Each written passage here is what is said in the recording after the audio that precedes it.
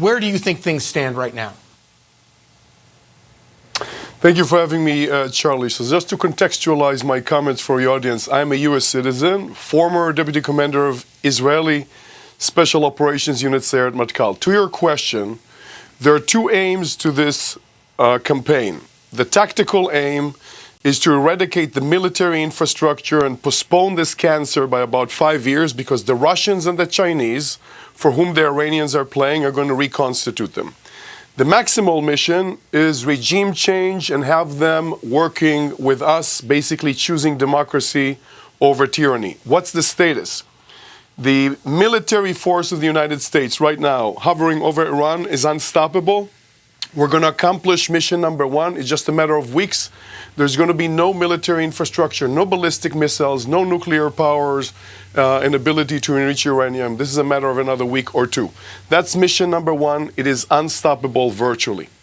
Mission number two requires eliminating layer 1, 2, and 3 of the regime, eradicating the IRGC, and then enabling a friendly general to lead a civil war and take control of Iran, and then come the elections, and they basically choose the West.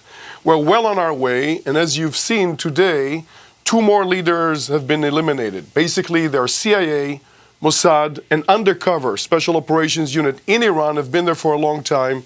They target these leaders, and this is inescapable.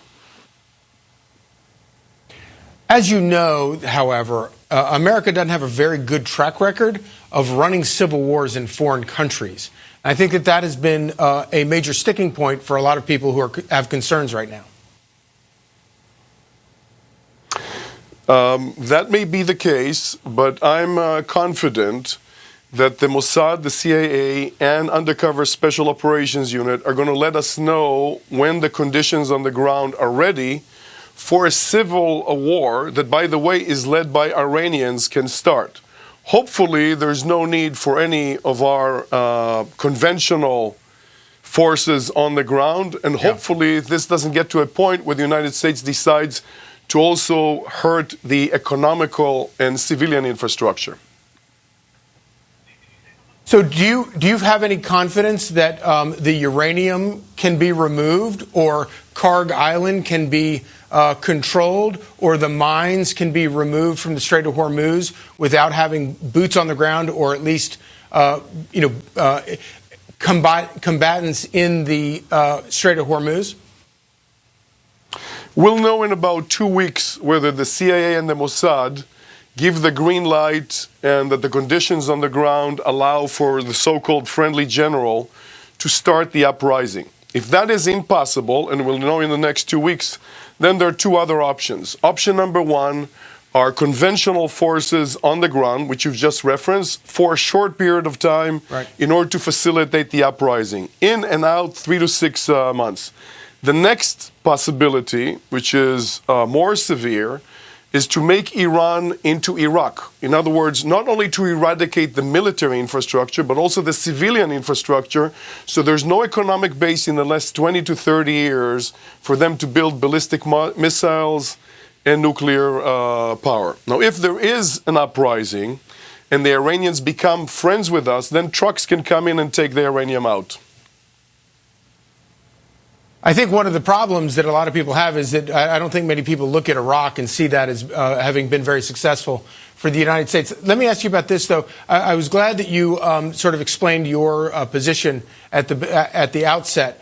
There are factions in both sides, sort of on the right in American politics and on the left in American politics, who keep talking about how President Trump is somehow doing the bidding of Israel by doing this. And it's kind of hard to debate somebody if they don't acknowledge that actually the United States actually has interests here in seeing the free flow of oil out of the Middle East. What are the actual interests that the United States has in Iran? Thank you. So in order to be strategic, we need to be less naive. So there's a reason why Russia and China support Iran. Iran is a pit bull that the Russians and the Chinese are funding and enabling in order to apply kinetic pressure on the West and on us, the United States. And once they have nuclear power, they have impunity. We can no longer stop them. So this is just a matter of time, and we need to understand that Iran is playing for Russia and China. They don't want a confrontation directly with us. Right. This is a major threat. It needs to be eliminated just like any stage 1 cancer.